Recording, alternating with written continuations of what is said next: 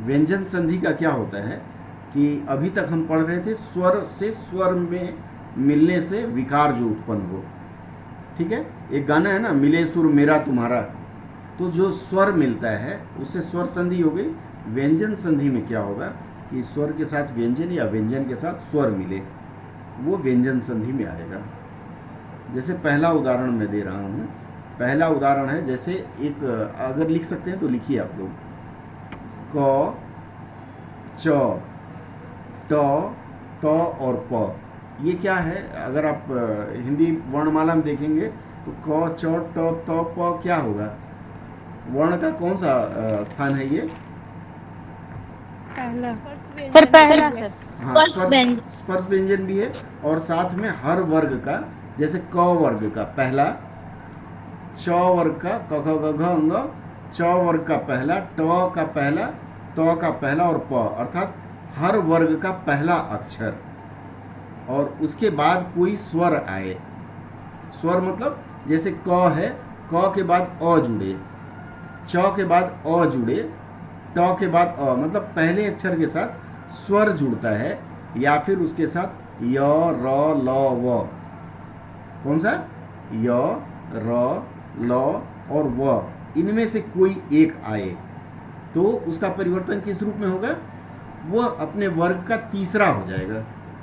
फिर से मैं बताता हूँ। जैसे मान लीजिए कोई भी वर्ण का पहला, जैसे क, यहाँ शुरू करते हैं क, च, ट, त और प, ये पहला अक्षर हो गया।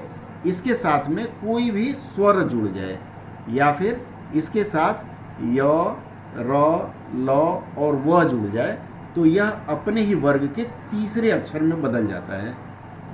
क अगर है तो क का तीसरा क्या होगा? क वर्ग का तीसरा अक्षर क्या होगा? ग। ग। और च का तीसरा क्या होगा? ज। और ज होगा। ठीक है, और ट का तीसरा अक्षर क्या होगा? जी, ड। ड। ड। ड होगा। ठीक है, इसी तरह से तो मैंने बताया कि ये अपने वर्ग के तीसरे अक्षर ग, ज, द, ड नहीं होगा, व में परिवर्तित हो जाता है। जैसे इसका एक उदाहरण हम लेते हैं। अगर आपको एक शब्द दूं मैं, जगदानंद। जगदानंद मैं लिख के दिखाता हूं आपको।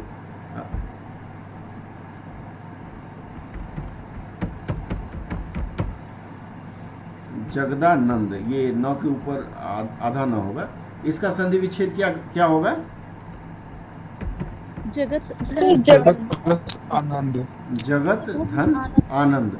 तो मैंने सूत्र क्या बताया आपको? मैंने सूत्र आपको बताया, पहला वर्ग का पहला अक्षर, और उसके बाद में आपको बताया मैंने कि कोई भी स्वर आ जाए तो वो किस में परिवर्तित होता है? ग, ज, द, व इनमें परिवर्तित हो जाएगा, मतलब तीसरे में परिवर्तित हो जाएगा। तो जगत और जगत त, द में बदल जाएगा। एक और उदाहरण मैं देता हूँ। अजंत, देखिए लिख रहा हूँ मैं। सर। हाँ बोलिए। सर आपने तो कहा था य, र, ल, व आना चाहिए ना? मैंने दोनों आपको बताया, कोई स्वर आ जाए या फिर य, र, ल, व आ जाए, दोनों में से कोई हो, स्वर हो या फिर य, र, ल, व आ जाए। जैसे मैंने आपको एक शब्द अभी दिया है, अजंत। अजंत का आप संधि विच्छेद करें, क्या होगा? अच पलत अंत ना सर? बिल्कुल, सीमा जी ने भी, आपने भी सही बताया। च हलंत होगा, अच और अंत। तो च के साथ स्वर आ रहा है ना, अंत में अस्वर है, तो ये किस में बदल जाएगा? ज में बदल जाएगा, तीसरे में बदल जाएगा। बहुत आसान है। तो आप इस तरह से, अच्छा व्यंजन संधि का सबसे आसान क्या है कि व्यंजन संधि का कोई रूप नहीं होता है। जैसे हमने स्वर संधि में यण संधि, गुण संधि, वृद्धि संधि, दीर्घ संधि पढ़ा है, इसमें कोई परिवर्तन नहीं है। तो स्वर संधि पहचानना बहुत आसान है। आप देख लीजिए कि एक तरफ स्वर है कि नहीं है, उसमें दोनों तरफ में से एक तरफ यदि स्वर आ रहा है तो आप उसको स्वर संधि मान लीजिए। जैसे एक और मैं उदाहरण देता हूँ, उदय। उदय का क्या होगा संधि विच्छेद? बताइए। उत, तो हमें हलंत आएगा। ठीक है, उत धन आए, उत धन आए, तो आए। ये उदय हो जाएगा। ठीक है, उत धन अय, उदय हो जाएगा। ये पहला सूत्र है। कोई शंका हो इस पहले सूत्र में तो आप बताइए हमें, है सर कि वो ये हाँ, वाला सर वाला समझ सर नहीं ये है। वाला हाँ समझ में सर नहीं ये आया। वाला हाँ मैं फिर से स्पष्ट कर देता हूँ। आप मान सर लीजिए, ये वाला के साथ एक बार हाँ ये वाला- लव के साथ एक एग्जांपल। हाँ मैं बता दे रहा हूँ। पहले तो सूत्र एक बार फिर से बता दूं। मैंने बताया कि किसी भी वर्ग का क, च, ट, त और प, ये हर वर्ग का पहला अक्षर है। उसके बाद कोई भी स्वर आ जाए या फिर उसी वर्ग य, र, ल, व, ये चार चीज अगर आ जाता है तो वो जो पहला अक्षर है, जैसे मैंने उदय में उत धन दय बताया, तो वो जो है पहला अक्षर अपने ही वर्ग के तीसरे अक्षर में बदल जाता है। अभी तक जो मैंने आपको उदाहरण दिया वो मैंने उदाहरण दिया कि आपका पहला व्यंजन हो रहा है और व्यंजन के साथ में एक स्वर मैंने जोड़ा। जैसे मैंने अचंत बताया, अज में च और अ आया तो वो तीसरे में च क्या हो गया, ज में बदल गया। इसी तरह से अब य के साथ मैं बता रहा हूँ, उद्योग अगर आपको लिखना हो तो कैसे लिखेंगे? उद्योग का संधि विच्छेद अगर करना हो तो लिखेंगे इसको उत धन योग, उत धन योग, उद्योग लिखेंगे ना। तो के नीचे हलंत होगा, मैं टाइप नहीं कर पाया उसको। तो उद्योग में उत धन योग आया, अर्थात य आया ना, स्वर के साथ में य जुड़ा, तो ये उद्योग अर्थात यह व्यंजन संधि का एक रूप है। कोई सर पहले जैसे पहला आपने उदाहरण दिया जगत, हाँ जगदानंद। हाँ सर जगत, यहाँ पे हाँ यहाँ पे पहले ज है जो व्यंजन है, हाँ इसके तो फिर व्यंजन के साथ हम कैसे इसको उसकी संधि बनाएंगे? यहाँ पे देखिए, शुरू व्यंजन से हो रहा है ये। मैंने पहले नहीं शुरू नहीं देखना है ना आपको, तो अंतिम देखना है। जगदानंद का मैंने बताया जगत, जग तो होगा, द नहीं होगा। देखिए जगत है और आनंद है। अब आप इसमें खुद ही देख लीजिए कि अंतिम जो पहले भाग का अंतिम अक्षर क्या है, त है, और दूसरे भाग का पहला अक्षर, दो ऐसे ही जोड़ते हैं ना। मान लीजिए ये कलम है मेरे पास, कलम को अगर मुझे जोड़ना होगा तो इसका अंतिम सिरा और इसका पहला सिरा ये दोनों आपस में जुड़ेगा ना। या फिर मान लीजिए मेरे पास ये कलम है और पेंसिल है, तो जोड़ना होगा तो मैं ऐसे जोड़ूंगा तब तो नहीं होगा ना, मोटा हो जाएगा। अगर सीरीज में रखना है मुझे तो पेंसिल का आखिरी हिस्सा और कलम का पहला, या आखिरी भी होगा तो पहला मान लिया जाएगा, इसको इस तरह जोड़ना होगा ना। इसी तरह से जब दो अक्षर हम जोड़ते हैं तो पहले अक्षर का अक्षर या शब्द का पहले शब्द खंड का आखिरी अक्षर और दूसरे शब्द खंड का पहला अक्षर, वो दोनों मिल करके संधि बनाई जाती है। ठीक है, उस आधार पर जगत और आनंद होगा। आप पहले वाला ज ना जोड़िए। ठीक है, क्लियर हुआ पारस जी? सर जैसे इसमें पहला पद है जग, जगत, जगत नहीं, ज- जगदानंद में अगर हम देख रहे हैं तो ग हाँ। आखिर ग आखिर पर वो है अक्षर, नहीं नहीं इससे हम जुड़ेंगे। नहीं जगदानंद का मैंने संधि विच्छेद बताया ना, जगत और आनंद है। आप फिर से लिखिए, कॉपी में लिखिए, आपके समझ में आएगा। जगत है, जग और आनंद नहीं होगा। अगर आप जग और आनंद कर देंगे तो आपका ये गलत हो जाएगा। जैसे मैं लिख के आपको दे रहा हूँ। हाँ एक मिनट रुकिए, पारस जी का क्लियर कर दें फिर आपसे बात करेंगे। सर ये तो आपने जगदानंद का हमें कहा कि हमें संधि विच्छेद करना है, हाँ तो संधि विच्छेद करते हुए हम्म, जो आप पहले जैसे आपने कहा कि जो पहले पद का आखिरी और दूसरे पद का पहला हाँ देखेंगे, हाँ। तो यहाँ पे ग पे ये खत्म हो रहा है पहला पद, कैसे तो यहाँ पे त किस, होल्ड करिए, तो त हमने कैसे लाए? कैसे खत्म हो रहा है आप मुझे बताइए। आप जग और आनंद को जोड़ रहे हैं तो छोड़ दे रहे हैं। जग और आनंद आप लिखेंगे जो मैंने अभी टाइप किया है तो आपका गलत हो जाएगा। जगत है, जगत, जगदानंद किसको बोलते हैं? जो जगत का आनंद है, मतलब जैसे पूरे विश्व को जगत बोला गया है। जग नहीं होगा, जग तो सोना और जगने से हो जाएगा। उठ जाग मुसाफिर बोलते हैं ना, वो शब्द नहीं है इसमें। जगत है, ज ग त होगा। आप लिख करके देखिए। सर मैंने लिखा है ये जो, पर मैं ये हाँ। पूछना चाह रहा हूँ जो त हमने जोड़ा है ये तो कहाँ हमने उसका जोड़ा है? तीस तो उसमें है ही, पहले से ही है। जगदानंद जो तो शब्द संधि- मैंने बताया, देखिए आप फिर से देखिए, मैंने ये टाइप किया, जगदानंद टाइप किया। जी। जगदानंद का जब आप संधि विच्छेद करेंगे तो संधि में मैंने आपको शुरू में ही बताया है कि संधि का जो पहला खंड होगा वो एक सार्थक शब्द हो भी सकता है, नहीं भी हो सकता है। लेकिन जब दो शब्दों को हम मिलाना शुरू करेंगे, दो शब्दों के मेल से करेंगे, तो दोनों शब्द का एक सार्थक अर्थ निकलना चाहिए ना। जैसे यहाँ जी। दोनों शब्द है, तो जगदानंद का हमेशा संधि विच्छेद जगत और आनंद होगा, जग और आनंद नहीं करेंगे, ठीक है। जगदानंद, जगत का आनंद जो होगा उसे जगदानंद कहा जाता है। तो जगत है तो मैं अलग से नहीं लाया, वो उसी में है, निहित है। लेकिन जब उसको हम जोड़ रहे हैं, जगत और आनंद को जोड़ रहे हैं, तो मैंने बताया कि तो के साथ अगर कोई स्वर आता है तो वो तो किस में बदल जाएगा, द में बदल जाएगा, मतलब तीसरे रूप में बदल जाएगा। क्लियर हुआ, नहीं हुआ? जी हुआ थोड़ा। दो त में बदलता है वो नहीं समझ में आ रहा है। ये सूत्र है। सर हाँ यहाँ पे कह सकते हैं जग जो है वो क्रिया रूप है और हाँ। जगत जो है अपने आप में संज्ञा रूप है। हम बिल्कुल। लोग वहाँ पे हाँ। ऐड कर रहे हैं, क्रिया के साथ थोड़ी ना ऐड करते हैं। बिल्कुल बिल्कुल, एकदम सीमा जी सही कह रही हैं। हम लोग संज्ञा जोड़ते हैं ना, दो संज्ञा जोड़ते हैं उस आधार पे। मैं एक और उदाहरण आपको देता हूँ, उससे और आप स्पष्ट हो जाएंगे। पारस जी, मैं दिगंबर आपको देता हूँ एक शब्द, इसका संधि विच्छेद करिए। पारस जी, और पारस जी बताइए दिगंबर का क्या होगा? पारस जी जी तो दिग प्लस अंबर। आप टाइप करिए, देखें और कोई सर बताइए। टाइप तो नहीं कर पाऊंगा अच्छा मैं। ठीक है, कोई और टाइप करके इसका बताएं। देखिए राज जी ने अभी भेजा है, देख पा रहे हैं आप उसको संदेश में? पारस जी जी जी दिक होता जी। है, क होता है, नॉट ग, ठीक है। क जो सर है, ग जो है ये तीसरा नंबर का है, तो पहले पे आ जाएंगे फिर हम क पे।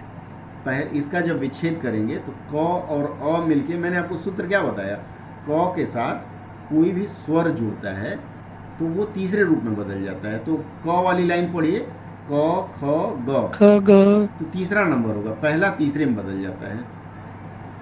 स्पष्ट हुआ, नहीं हुआ? जी हो रहा है थोड़ा ठीक है, थोड़ा। थोड़ा एक और उदाहरण मैं देता हूँ, उसको भी आप देख लीजिए। अगला उदाहरण मैं ये दे रहा हूँ आपको, तद्रुप लिखिए। ये थोड़ा कठिन है, सभी लोग प्रयास करिए। तद्रुप, इसका क्या होगा? इसका बताइए, तद्रुप का क्या होगा? बोलिए, तत्, इसका होगा तत् होगा सर। त अत, ठीक है, तत् और ध्रुव। तो त जो है वो द में बदल जा रहा है, पहला अक्षर तीसरे में बदल जा रहा है। मुझे लगता है इतना उदाहरण काफी होगा। पारस जी स्पष्ट है? और किसी को डाउट हो तो बताएं। रोमा जी आपका क्लियर हुआ? रोमा जी, सर आंसर बॉक्स में लिखे हैं तद्रूप का मीनिंग थोड़ा देखिए ना, वो सही रूप है सर जो लिखे हैं। तत् और रूप सही लिखी हैं आप, ठीक है, सभी लोग ठीक। सही लिखे हाँ हैं। सर बोलिए। हाँ, मैं बोला आपका डाउट क्लियर हुआ, नहीं हुआ? हाँ सर हो गया। ठीक है, चलिए मैं अब आगे बढ़ूँ। सर। हाँ बोलिए, सर बोलिए विद्या जी। निधि का ना सर निधि का बार बार ना सर डिस्कनेक्ट हो जा रहा है और फिर से ज्वाइन नहीं कर पा रही हैं। एक बार देख लीजिए ना कुछ सर आप। नेटवर्क का प्रॉब्लम मुझे लगता है उनके साथ होगा।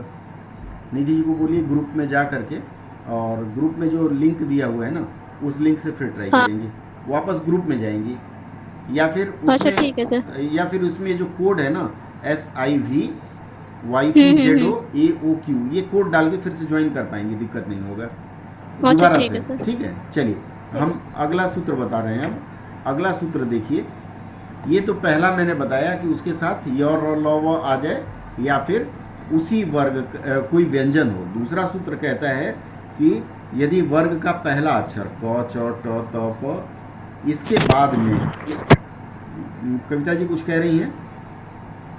जिस तरह तद्रूप लिखे हैं ना, हाँ, तो जब उसमें आधा र किस तरह लिखेंगे सर? जैसे इसका ये किए संधि विच्छेद तत् प्लस रूप, लेकिन इसको जब हम लोग लिख रहे हैं तो द में आधा र लिख रहे हैं, ये कैसे होगा सर? द के नीचे र नहीं मारती हैं, ऐसे डंडा मारिए।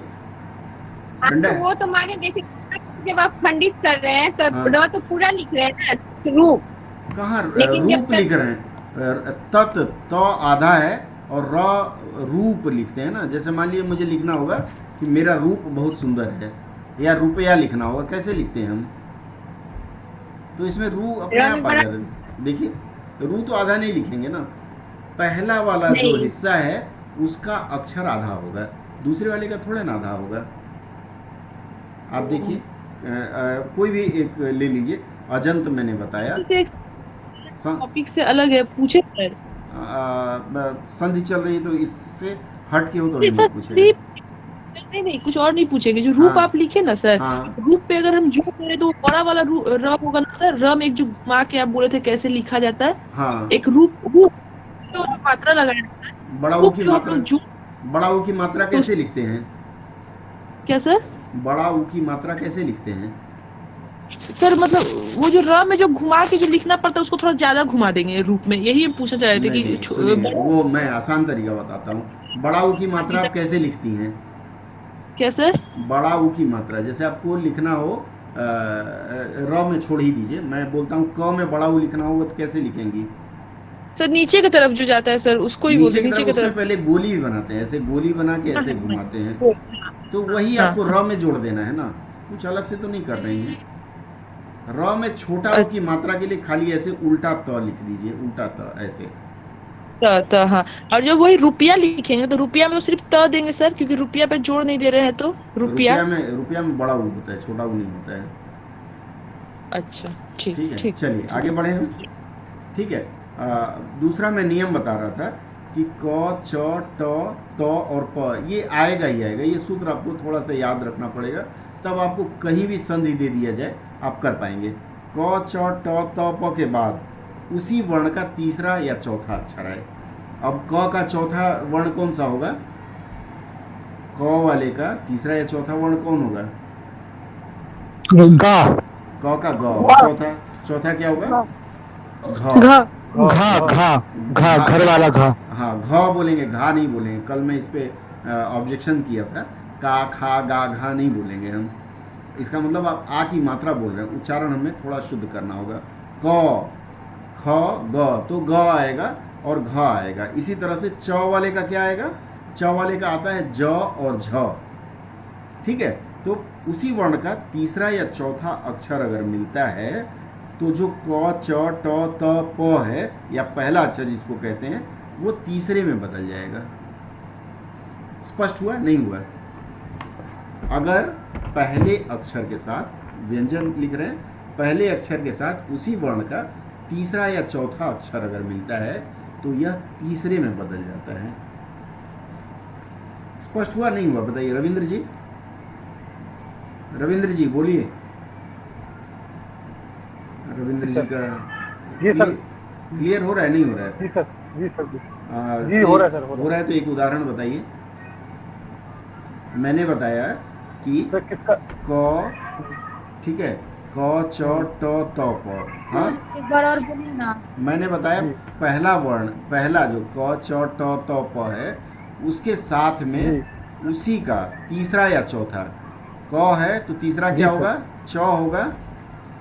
ठीक है, च होगा और क्या होगा? छ होगा। ठीक है, च और छ होगा। तो इसका तीसरा या चौथा मिलता है तो ये जो क है वो तीसरे में बदल जाता है। क किस में बदल जाएगा? तीसरे में। एक उदाहरण आप देंगे कि क्या होगा? सर ऋग्वेद, जैसे ऋग्वेद। ऋग्वेद कैसे बताइए? सर जैसे ऋग्वेद का जब संधि विच्छेद करेंगे तो सर ग हो जाएगा ना वो। ऋग्वेद लिखते हैं आप? कहना चाहते हैं ऋग्वेद में ऋक लिखते हैं? नहीं सर, ग पे ग में ग होता है वो। ये ऐसे होगा, ऋक क्या होगा? नहीं सर, ऊपर वाला ऋग। वो डंडा। हाँ, तो मैं तो आपको बता रहा था कि पहले के साथ तीसरा या चौथा मिले। ठीक है, जैसे एक उदाहरण देखिए, जगन्नाथ सदगति एक उदाहरण देता हूँ मैं। इसमें थोड़ी कंफ्यूजन रहेगी आपको। सदगति ऐसे लिखते हैं, देखिए, या फिर इसको और आसान कर देते हैं, सद और गति। ठीक है, इसका संधि विच्छेद कैसे करेंगे हम? सदगति का संधि विच्छेद कैसे होगा? सत प्लस गति हो जाएगा सर। प्लस गति। सत होगा और उसके साथ गति हो जाएगा। ठीक है, तो सत और गति त के नीचे हलंत होगा। तो सत मैंने क्या बताया, त के साथ तीसरा अक्षर आ रहा है, क ख ग आ रहा है, तो क्या बन जाएगा ये बताइए? त किस में बदल जाएगा? त जो है वो द में, तीसरे में बदल जाएगा। एक उदाहरण और देता हूं मैं, उद्घाटन। मंत्री जी अक्सर करते रहते हैं। ये उद्घाटन का हमें करना होगा, संधि विच्छेद तो क्या होगा इसका? उत्घाटन। उत का नीचे का हलंत रहेगा और फिर हाँ, तो ये आप लोग समझ गए कि त है तो वो द में बदल जाएगा, कोई शंका नहीं रह गई होगी इसमें। एक और उदाहरण मैं आपको दे देता हूँ, दिग्वधू। दिग्वधू लिख नहीं पा रहा हूँ मैं, दिग और वधू। देखिए दिग्वधू है, ग में हलंत होगा, इसका क्या होगा? इसका संधि विच्छेद दिक धन वधु। एकदम बहुत आसान है। कहाँ आएगा? हाँ, और एक कब्ज आप लोगों ने सुना है? कब्ज सुना है आप लोगों ने? शब्द सुना है कब्ज?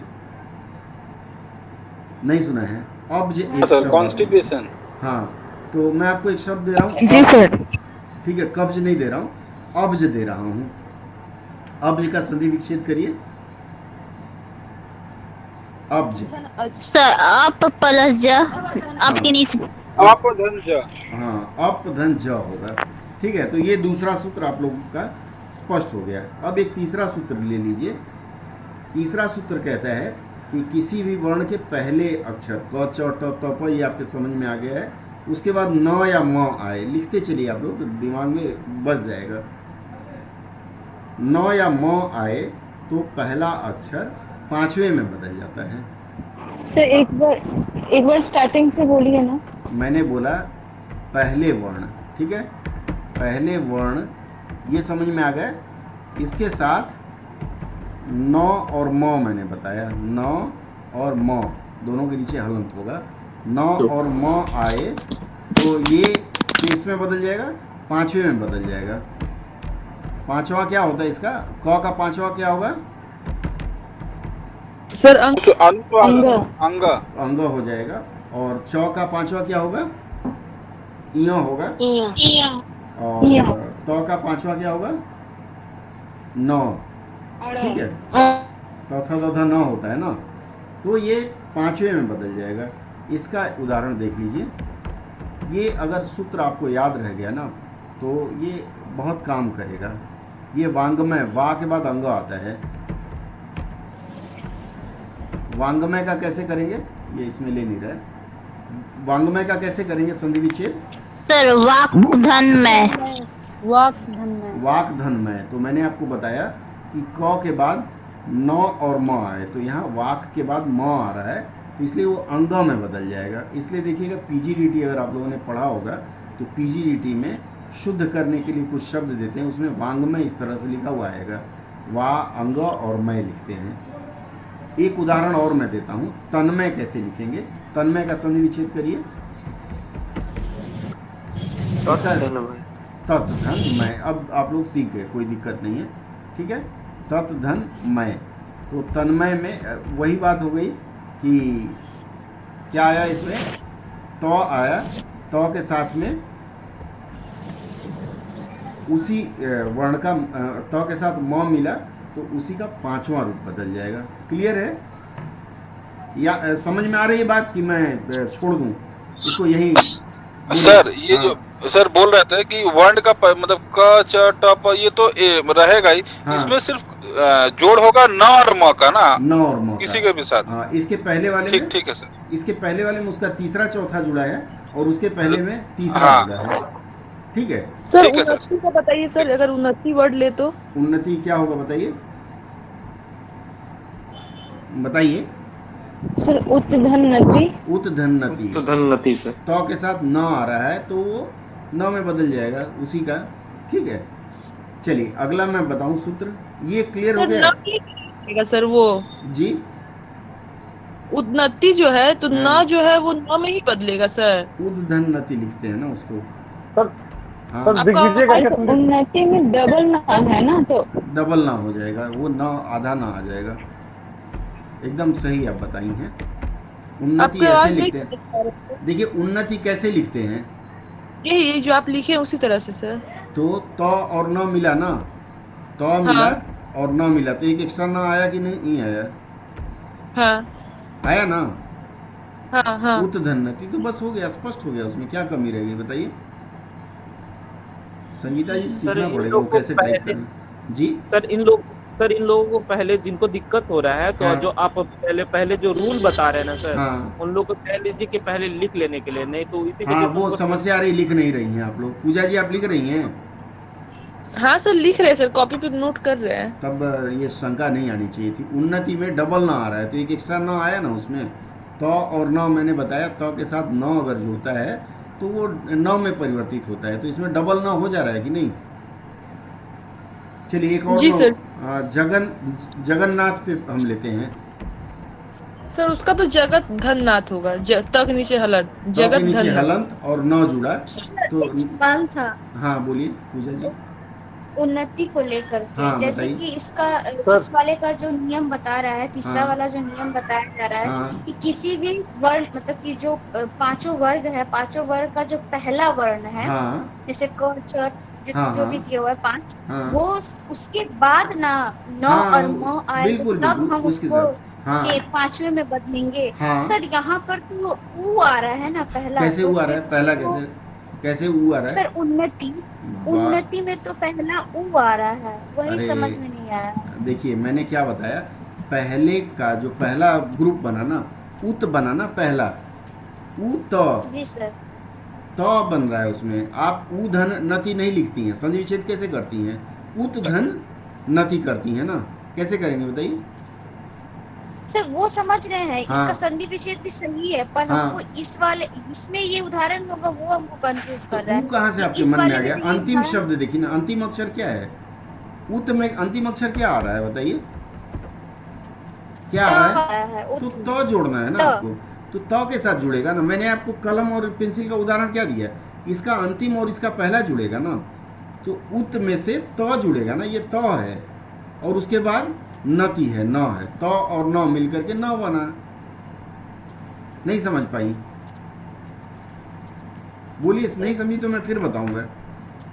सर हमको ये समझ में आ रहा है कि इसका संधि विच्छेद सही है। हाँ। सर हमको ये बस है कंफ्यूजन कि ये जो आप नियम बताएं, उस तीसरे नियम में उन्नति आएगा, ये मैं बोल रही हूँ। क्यों नहीं आएगा आप बताइए। त और न मैंने बताया ना, क च ट त प, ये वर्ण का सर पहला पहला अक्षर है। वर्ण तो नहीं है, पहला वर्ण तो ये ऊ है, ऊ से शुरू हो हे रहा है। भगवान, मैं आपको क्या इसका मतलब आप अभी तक ये तीनों नियम मैं समझ नहीं बताऊं? पाई। हाँ बताइए सीमा जी। पूजा, हम लोग संधि में क्या करते हैं, दो जो शब्द है, दो शब्दों के अंतिम वर्ण को, पहले शब्द के अंतिम वर्ण को और दूसरे शब्द के पहले वर्ण को जोड़ते हैं। तो पहला शब्द का अंतिम वर्ण उ नहीं है बल्कि त है, ठीक है। इसीलिए यहाँ पे उत धन जो नति है जोड़ के उन्नति हम लोग बना रहे हैं। स्पष्ट संधि हुआ? में वर्ण को जोड़ा जाता है, पहले हाँ, शब्द के अंतिम वर्ण को और दूसरे शब्द के पहले वर्ण को। हाँ, ठीक है। क्लियर हुआ पूजा जी या और डाउट है? हाँ, सर, अरे नहीं, जहाँ सर, ठीक है। वो आप हाँ, सर, साधारण समझ गई, ठीक है। चलिए हम आगे बढ़ें, एक और उदाहरण हम सर मैं कुछ बोलूं? हाँ बोलिए पारस जी, आप बताइए। सर जैसे आपने पहला एक उदाहरण दिया वांग में, हाँ तो सर इसमें व प्लस अ, वो ये कैसे हमारा आ गया? व्यंजन हो गया। वाह, देखिए व और क, वाक हो गया। वांग में देखिए क्या किसके लिए कहते हैं? वाक मतलब जो बात करते हैं, बोलते हैं, संस्कृत ये शब्द है। आप शब्दों को समझेंगे तब ये कर पाएंगे। तो वाक होता है, वा और क होगा, तो अंतिम अक्षर इसका क्या हुआ? क हुआ। उसके बाद फिर सर वो मैं, तो ग की वजह से है ना, हम नहीं ग नहीं की वजह से हमने क जोड़ा इसमें। नहीं, आप क की वजह से हम ग जोड़। देखिए संधि जब हम करते हैं तो ये अलग अलग शब्दों को मिला करके एक नया शब्द देते हैं। संधि में मैंने आपको क्या बताया कि या तो शब्द होगा या शब्द का खंड होगा, अलग अलग जोड़ के एक नया शब्द बनता है, ठीक है। तो आप विच्छेद पे पहले मत जाइए, वो पहले से टूटा हुआ उसको हम जोड़ के नया शब्द बना रहे हैं। तो इसमें वाक होता है, वाक मतलब बोलना, वाक पटु जिसको कहते हैं। तो वांग में एक शक्ति होती है आदमी की गाना वगैरह जो लोग गा रहे हैं, जो बोल रहे हैं वांग्मय, उसमें आता है। नहीं सर जैसे आपने बताया हाँ, कि इसके सूत्र में कि 5वें में बदल जाएगा, हाँ सर इसमें यहाँ पे 5वां कहाँ आ रहा है वांग में? एक में 5वें अक्षर में कहाँ आप बदल? वाक लिखिए, डायरी में लिखिए अपने सामने, पहले वाक लिखिए जी लिख लिया वाक। और उसके बाद मय लिखिए, बीच में जोड़ का निशान बनाइए। जी लिख लिया। अब क को गोल करिए, पेन से राउंड करिए, और म को राउंड करिए। जी मैंने आपको सूत्र बताया है कि किसी वर्ग का पहला अक्षर क्या है इसमें? वर्ग का पहला अक्षर जो अंत में जुड़ता है। क आ रहा है कि नहीं आ रहा है? सर ग है ना यहाँ पे, तो वांग में। आपको मैंने अभी जो लिखने के लिए कहा, आपने लिखा उसको डायरी में? हाँ जी, हाँ क आ रहा है। क आ रहा है ना?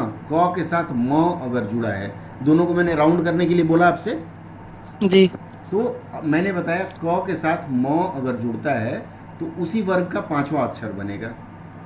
अब क वाले वर्ग का 5वां अक्षर क्या है? ड ड होगा। क पढ़िए, क ख ग ज क ख क ख ग। आगे रुकिए जरा, एक तो मेरे को ये भी नहीं आता है सर अभी। कोई बात नहीं, आ जाएगा। क ख ग घ अंग। ढ ना ढ कहाँ जा रहे हैं आप? क ख ग घ अंग। समय मिले तो आप वर्णमाला एक बार देख लीजिए, एक बार देख लेंगे तो याद आ जाएगा। हिंदी भाषी होने के नाते कोई दिक्कत नहीं होगी। क ख ग घ अंग, तो 5वां अक्षर क्या आया इसमें? अंग आया, तो बस हो गया ना। मैंने जब संधि बनाते हैं, सीमा जी ने भी जैसे बताया कि जब दो शब्दों को हम लेते हैं तो पहले शब्द का अंतिम अक्षर और दूसरे शब्द का पहला अक्षर, इन दोनों को मिलाकर के देखने का प्रयास करते हैं। क्लियर है? जी थोड़ा बहुत। अंत नहीं लगाते हैं। हाँ। तो इसका मतलब ये है कि मैंने त में अ जोड़ लिया है। जब हम त को उच्चारण करते हैं हाँ। तो त अ, इस तरीके से हमने अ को जोड़ लिया है। हाँ। तो इस हिसाब से करेंगे तो हम तो वहाँ पर स्वर के साथ स्वर को जोड़ेंगे, हाँ। स्वर के साथ व्यंजन को जोड़ेंगे, तो वहाँ अंतर हो जाता है। जैसे यहाँ पर हमको अलग लगा करके उसको अ हटा देना ही होगा, बिल्कुल तभी हम ध्वनि हटा सकते। जैसे कल प्रश्न था ना, अक्षर है, वर्ण है, स्वर है, कुछ इस तरह का प्रश्न एक आया था ना, तो उसका यही मूल कारण था कि ये चीज़ है तभी ऐसा होगा। तो जब हम वर्ण की बात करते हैं तो ये म में हलंत लगा हुआ होगा, क में हलंत, ये वर्ण में आएगा, और अक्षर में पूरा म लिखते हैं। ठीक है, बात समझ में आई आप लोगों को? पंकज जी की बात एकदम, पंकज जी ने सही ढंग से बता दिया। अब एक और सबसे बढ़िया नियम देख लीजिए, ये अक्सर हम लोग गलती करते हैं। देखिए, कोई भी स्वर लिखते हैं, हर्ष स्वर क्या होता है? हर्ष स्वर क्या होता है बताइए? सर अ छोटी ई। हाँ, ये जो छोटे वाले हैं, छोटा ऊ, अ छोटी ई छोटा ऊ। यदि हर्ष स्वर के बाद छ आता है, जैसे मान लीजिए हर्ष स्वर मैंने अ लिखा, अ के बाद छ आया, तो ये किस में बदल जाता है? ये जो क्या है, में? ये आधा च और छ बन जाएगा। ये कुछ इस तरह से हो जाएगा। ठीक है, हर्ष स्वर के बाद अगर छ आता है तो जब अगला जो इसका निकलेगा वो आधा च और छ होगा। उदाहरण एक मैं दे देता हूँ, आपके समझ में आएगा। परिच्छेद कैसे लिखते हैं? परिच्छेद का संधि विच्छेद करिए। परिधन छेद। परिधन छेद, तो मैंने बताया स्वर के बाद अगर छ आता है तो इसको लिखते हैं परिच्छेद। कैसे लिखते हैं? ये कुछ इस तरह से लिखते हैं, परिच्छेद। स्पष्ट है? बताइए, स्पष्ट हो तो हम आगे बढ़े, नहीं तो हम फिर इसको दोबारा बताएं, स्पष्ट करें। बताइए। क्लियर है सर? क्लियर है। एक और मैं उदाहरण देता हूँ, विच्छेद इसका कैसे करेंगे? विच्छेद का संधि विच्छेद कैसे करेंगे? सर वी प्लस छेद। वी प्लस छेद। क्लियर है? ठीक है, गुड़िया जी माइक सर ऑफ ये कर जो लीजिए। बता हाँ गुड़िया, हाँ बोलिए। सर ये जो बताया आपने कि हाँ। ये जो सिर्फ ह्रस्व स्वर के साथ छ आएगा, हाँ। तो इसमें आधा च और छ होगा, हो जाएगा। हाँ। तो सर ये सिर्फ ह्रस्व स्वर के साथ ही होगा, इसमें अगर बिल्कुल। दीर्घ स्वर आता है तो नहीं होगा। आप उदाहरण दीजिए, देखिए, कोई उदाहरण देखिए। नहीं, मैं जस्ट कंफर्म कर रहा था कि इसमें अगर दीर्घ स्वर आता है तो बिल्कुल ऐसा बिल्कुल कुछ नहीं होगा। दीर्घ स्वर, जैसे एक और उदाहरण मैं देता हूँ, छत्र छाया। हाँ बोलिए। ठीक।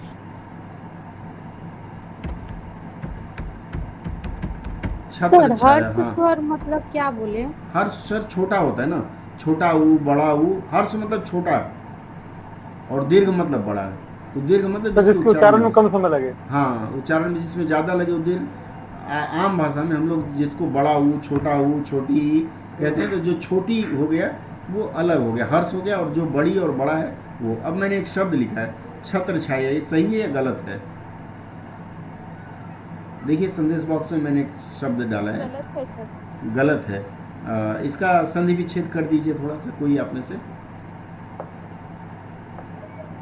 संधि विच्छेद करके इसका सही रूप आप में से कोई लिख दें।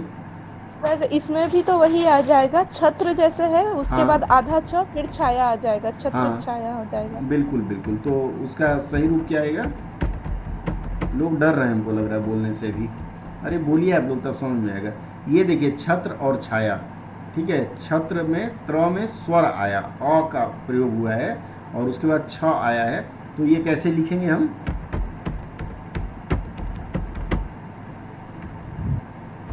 सर छत्र होगा या फिर छत होगा?